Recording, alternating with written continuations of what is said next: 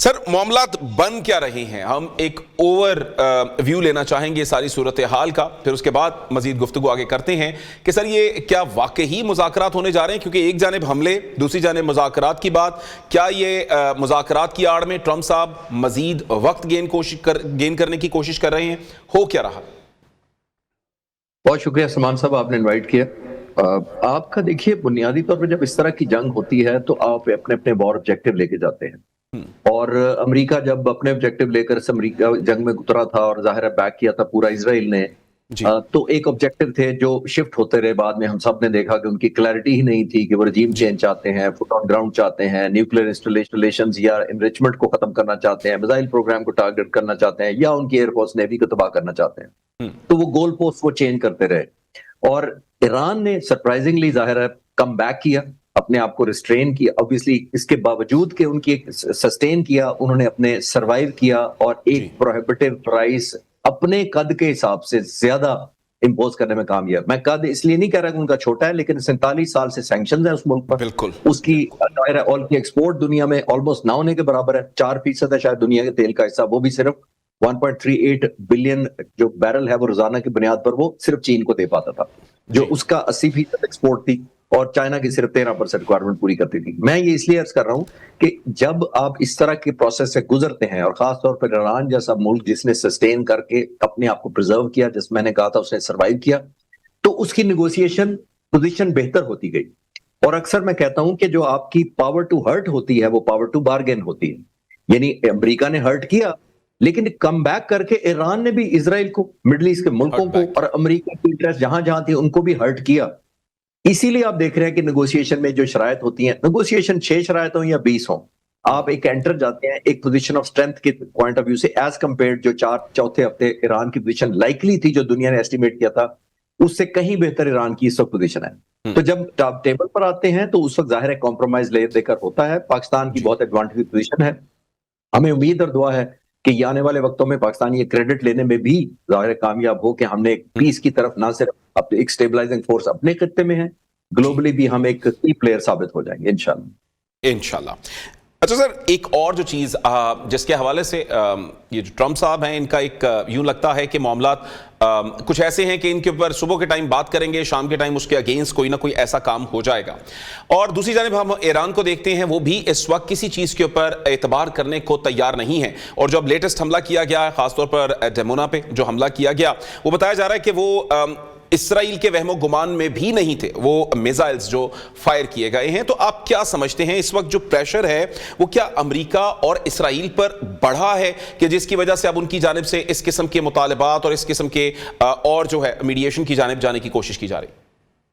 جی بالکل بڑا ہے. اس کی وجہ یہ ہے کہ کوئی بھی، میرا نہیں خیال، میں جتنے انٹرنیشنلی اسٹریٹجسٹ یا تجزیہ نگاروں کو فالو کرتا ہوں، کسی کی بھی توقع نہیں تھی کہ ایران نہ صرف کم بیک کرے گا بلکہ اتنی سیریس پرائس ظاہر ہے اسرائیل کو بھی چکانی پڑے گی. وہ اس لیے کہ جون کا 2025 کا جو میں کیمپین انالیسس بھی کیا اپنی ڈاکومنٹریز کے سلسلے میں، تو میں نے دیکھا کہ ایران کے نو ڈاؤٹ بہت اچھی سٹرائکس کی، کمبینیشن سے کی، لیکن جتنی پن پوائنٹ ایکوریسی میں اب دیکھ رہا ہوں یہ پچھلے کیمپین میں نہیں تھی. وہ علیحدہ ڈیبیٹ ہے کہ اس کو کیسے مدد مل رہی ہے. اس کے پاس ایک کمپریہنسو انالیسس ہے. ہم اس کو اپنی ایویشن ٹرم میں کہتے ہیں بوم ڈیمیج اسسمنٹ، BDA کہتے ہیں. یعنی جہاں باپ کا بوم گرا ہے مجھے پتہ لگنا چاہیے کہ میں نے 80% ایکوریسی سے کیا، 90 سے، یا 100% ایکوریسی سے. وہ ایران کو فیڈ بیک مل رہا ہے. وہ آپ کو فیڈ بیک اگلی ٹارگیٹنگ اسٹریٹجی، یعنی آنے والے دنوں میں اسٹریٹجی کرنے کے لیے بہت کام آتا ہے. جب مجھے یہ پتا ہو کہ بام ایکوریٹ نہیں گرا تو obviously میرے لیے ایک ڈیسپریشن ہونی چاہیے. ایران کو ایک کمپریہنسو فیڈ بیک مل رہا ہے. اس کی targeting strategy and targeting accuracy کہیں بہتر ہے 2025 میں. اور ابھی گریجولی چوتھے ہفتے میں جا کر جو اس نے پروہیبٹیو پرائس کی ہے خاص طور پر اسرائیل پر وہ obviously یہ کر رہی ہے. اور آخری بات اس کے اوپر یہ ہے کہ پریزیڈنٹ ٹرمپ یہ ریئلائز کر رہے ہیں کہ ایران امریکہ تک تو نہیں پہنچا، لیکن امریکہ کی جو انٹرسٹ اس ایریا میں تھی، کویت میں ریڈار ہوگا $1.1 بلین کا، وہ ناک آؤٹ ہو گیا. 100 obviously آورز کے اندر، 100 گھنٹے کے اندر 3.87 بلین ان کا خرچ ہو گیا. اس وقت ایران کے اوپر جنگ کی جو قیمت ہے، اگر 1 بلین بھی روزانہ لگائی جائے تو 42 ملین ایک گھنٹے کی، اور $11,000 ایک سیکنڈ کی پرائس نکلتی ہے سر. جی تو آپ ویژوائز کر لیں کتنی مہنگی ہے اس وقت امریکہ کے لیے جنگ. بالکل ٹھیک.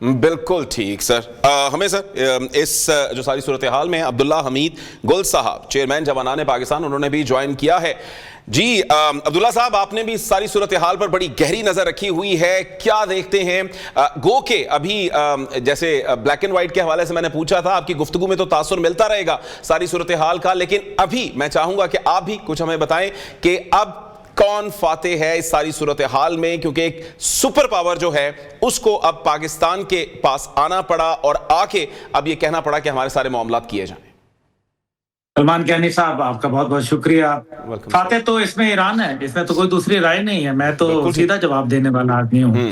اس کی وجہ یہ ہے کہ اگر یہ فتح کیا کم ہے کہ جس کے اوپر 47 سال پابندیاں تیل کی ترسیل پر لگائی گئیں اور تیل کی جو پیداوار تھی اس کو منع کیا گیا کہ دنیا نہیں خریدے گی, آج وہی ایران کے اوپر امریکن وزارت خزانہ کے جو وزیر خزانہ ہیں اسکاٹ بیسنٹ, انہوں نے کہا کہ جی آپ تیل بیچ سکتے ہیں, یعنی کہ ایران وہاں وہ تیل بیچے اور پھر وہ وہی پیسہ امریکہ کے خلاف اور اسرائیل کے خلاف ہتھیار اپنے بنانے کے اندر استعمال کرے.